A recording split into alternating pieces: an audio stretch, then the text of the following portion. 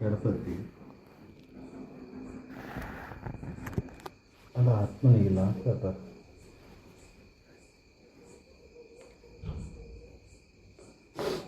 ದೇಹ ಏನು ವಿಕಾರ ಆಕತ್ತಲ್ಲ,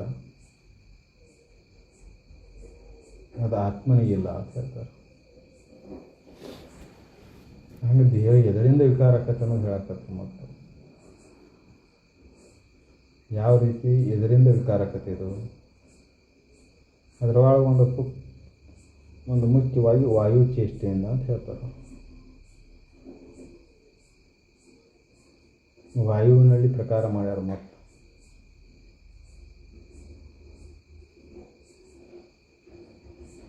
ವಾಯುವಿನಿಂದ ಈ ಶರೀರದ ಮೇಲೆ ಪರಿಣಾಮ ಬೀರ್ತದೆ.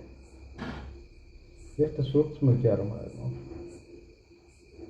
ನಾವು ಶರೀರಕ್ಕೆ ಹೆಂಗೆ ಆಕತಿ, ಏನಾಕತಿ, ಇದಕ್ಕೆ ಜಡ್ ಹೆಂಗೆ ಬರ್ತೈತಿ, ಏನಾಕತ್ತು ಅನ್ನೋದು ತಿಳಿಯೋದ. ವಾಯುವಿನಿಂದ ಶರೀರಕ್ಕೆ ಎಷ್ಟು ಬಾಧೆ ಐತಿ ಅನ್ನೋದು ಗೊತ್ತಾಗೋದಿಲ್ಲ. ಅದಕ್ಕೆ ಹಿಂದಿನ ಹಿರಿಯರು ದೊಡ್ಡ ದೊಡ್ಡ ಪಟಕ ಮಾಡ್ಕೊಂಡಿದ್ರು. ಹೌದು, ಹಿಂದಕ್ಕೆ ಲಕ್ವ ಹೊಡಿತಿತ್ತ ನಿಮ್ಮೂರ ಹಿಂದಿನ ಹುಡುಗರಿಗೆ, ಹಿರಿಯರಿಗೆ. ನಿಮ್ಮದು ಮುತ್ತದನ ಕಾಲದಾಗ ಲಕ್ವ ಹೊಡಿತಿದ್ದಿಲ್ಲ. ಈಗ ಯಾಕೆ ಲಕ್ವ ಹೊಡ್ಯಾಕತ್ತೈತಿ? ನಿಮ್ಮೂರಾಗ ಈ ಸುತ್ತಮುತ್ತ ಹಳ್ಳ್ಯ ನೋಡಿದ್ರೆ ಒಂದು 7-8 ಕೇಸರ ಸಿಗ್ತಾವೆ ಲಕ್ವಾದು. ಯಾಕೆ? ವಾಯು ಚೇಷ್ಟೆ. ಅದು ವಾಯು ಚೇಷ್ಟೆ ಶರೀರಕ್ಕೆ ಆಕತ್ತೆ, ಆತ್ಮನಿಗಿಲ್ಲ. ಪಾರ್ಶ್ವವಾಯು ಹೊಡೆದತ್ತೆ ಅಂತ ಹೇಳ್ತಾರೆ.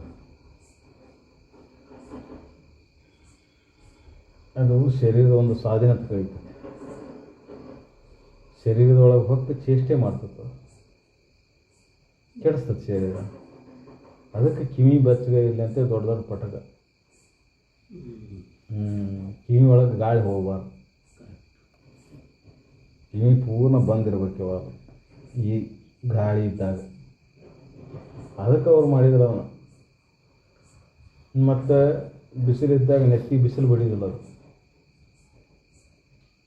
ಎಲ್ಲನೂ ನೋಡಿ ಮಾಡಿದ್ದವು.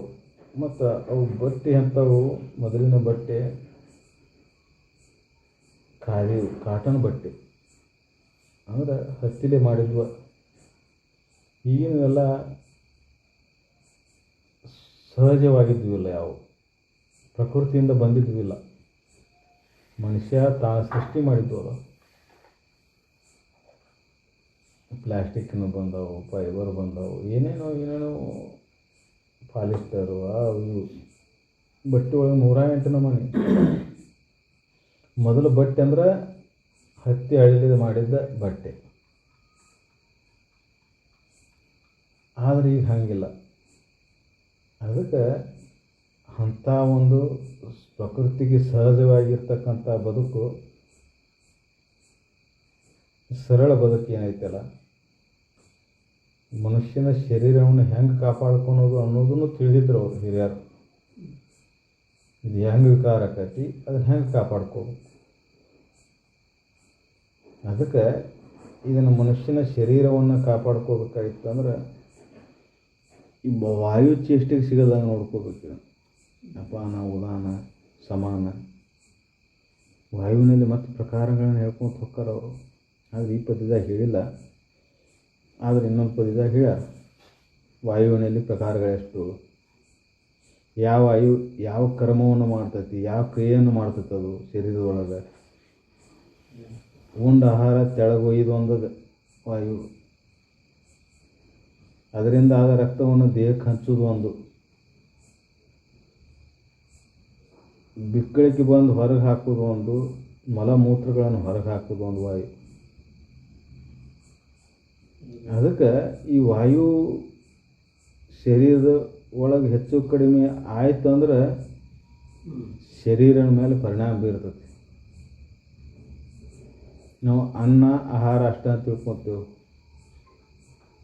ಅನ್ನ, ಆಹಾರ ಮತ್ತು ನೀರು ಇಷ್ಟೇ ಶರೀರಕ್ಕೆ ಅಂತ ನಾವು ತಿಳ್ಕೊತೇವೆ. ಇದಕ್ಕಿಂತ ಮುಖ್ಯವಾಗಿದ್ದು ವಾಯುನ. ಬರೀ ಉಸಿರಾಡಿಸೋದು ಅಷ್ಟೇ ವಾಯು ಅಲ್ಲ. ಮತ್ತು ನಿನಗೆ ಬೇರೆ ಬೇರೆ ಮೂಗಿನಾಗ ಅಷ್ಟೇ ಹೋಗೋದಲ್ಲ, ಬಾಯಿಯಿಂದ ವಾಯು ಹೋಗ್ತತಿ. ಎಲ್ಲೆಲ್ಲೇ ರಂಧ್ರಗಳದಾವ ಅಲ್ಲಿಂದ ವಾಯು ಹೋಗೋದು ಬರೋದು ಮಾಡ್ತತಿ. ಹಂಗೆ ಕಿವಿ ಒಳಗೆ ಹಾಸಿ ನಾವು ಜೋರು ಗಾಳಿದ ಕಿವಿ ಒಳಗೆ ಗಾಳಿ ಸೇರ್ಕೊತತಿ. ಅದಕ್ಕೆ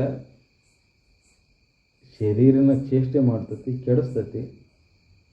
ಆದರೆ ಈ ಕೆಡೋದು ಇದೆಲ್ಲ ಆಗೋದು ಶರೀರಕ್ಕೆ ಹೊರತಾಗಿ ಆತ್ಮನಿಗಿಲ್ಲ ನೋಡು ಅಂತ ಹೇಳ್ತಾರೆ ಅವರು. ಈ ಪದ್ಯದಾಗ ಬಹಳ ಏನು ಹೇಳಿಲ್ಲ ಅವರು. ವಾಯುವಿನಿಂದ ಆಗೋದಂಥದ್ದು ಚೇಷ್ಟೆ, ವಿಕಾರ ಶರೀರಕ್ಕೈತಿ, ಆತ್ಮನಿಗಿಲ್ಲ. ಈ ಪದ್ಯದಾಗ ಅವ್ರು ಏನು ಹೇಳಕತ್ತಾರ ಅಂದ್ರೆ, ಪಂಚವಾಯುಭೂತಗಳಿಗೆ ಶರೀರ ವಿಕಾರ ಆಕತಿ. ಗಾಳಿ, ಆಕಾಶ, ಅಗ್ನಿ, ನೀರು, ಭೂಮಿ, ಪಂಚವಾಯುಭೂತಗಳು. ಇದಕ್ಕೆ ಅಧೀನದೊಳಗೆ ಈ ಶರೀರ ಐತಿ. ಆದರೆ ಇದೇ ತತ್ವನ ಈ ಶರೀರದೊಳಗೂ ಅದಾವ. ಅದಕ್ಕೆ ಪಂಚವಾಯುವಿಂದ ಅಂತ ಈ ಶರೀರ, ಪಂಚವಾಯುಭೂತಗಳಿಂದ ಅಂತ ಶರೀರ. ಅದರೊಳಗೆ ಒಂದು ಭೂತ ವಾಯು. ಎಲ್ಲದರಲ್ಲಿ ಬದಲಾವಣೆ ಆದಂಗೆ ಈ ಶರೀರದೊಳಗೆ ಬದಲಾವಣೆ ಆಗ್ತೈತಿ. ಹೊರಗೆ ಬಿಸಿಲು ಹೆಚ್ಚಿಗೆ ಆದರೆ ಇಲ್ಲಿ ಬದಲಾವಣೆ ಆಗ್ತೈತಿ, ಹೊರಗೆ ತಂಪು ಹೆಚ್ಚಿಗೆ ಆದರೆ ಇಲ್ಲಿ ಬದಲಾವಣೆ ಆಗ್ತೈತಿ. ಅದಕ್ಕೆ ಈ ತತ್ವ ಶರೀರಕ್ಕೈತಿ ಹೊರತಾಗಿ ಆತ್ಮನಿಗಿಲ್ಲ. ಆತ್ಮ ನಿಶ್ಚಿಂತ. ಅವಾಗ ಯಾವುದೂ ಬಾಧೆ ಮಾಡೋಕ್ಕೆ ಸಾಧ್ಯನೇ ಇಲ್ಲ. ಶರೀರವನ್ನು ಬಾಧೆ ಮಾಡ್ಬೋದು, ಆತ್ಮನ ಬಾಧೆ ಮಾಡೋಕ್ಕೋಗಲ್ಲ. ಮಡಿಕೆ ಹೊಡಿಬೋದು, ಮಣ್ಣಿಗೆ ಏನಾಗೋದಿಲ್ಲ.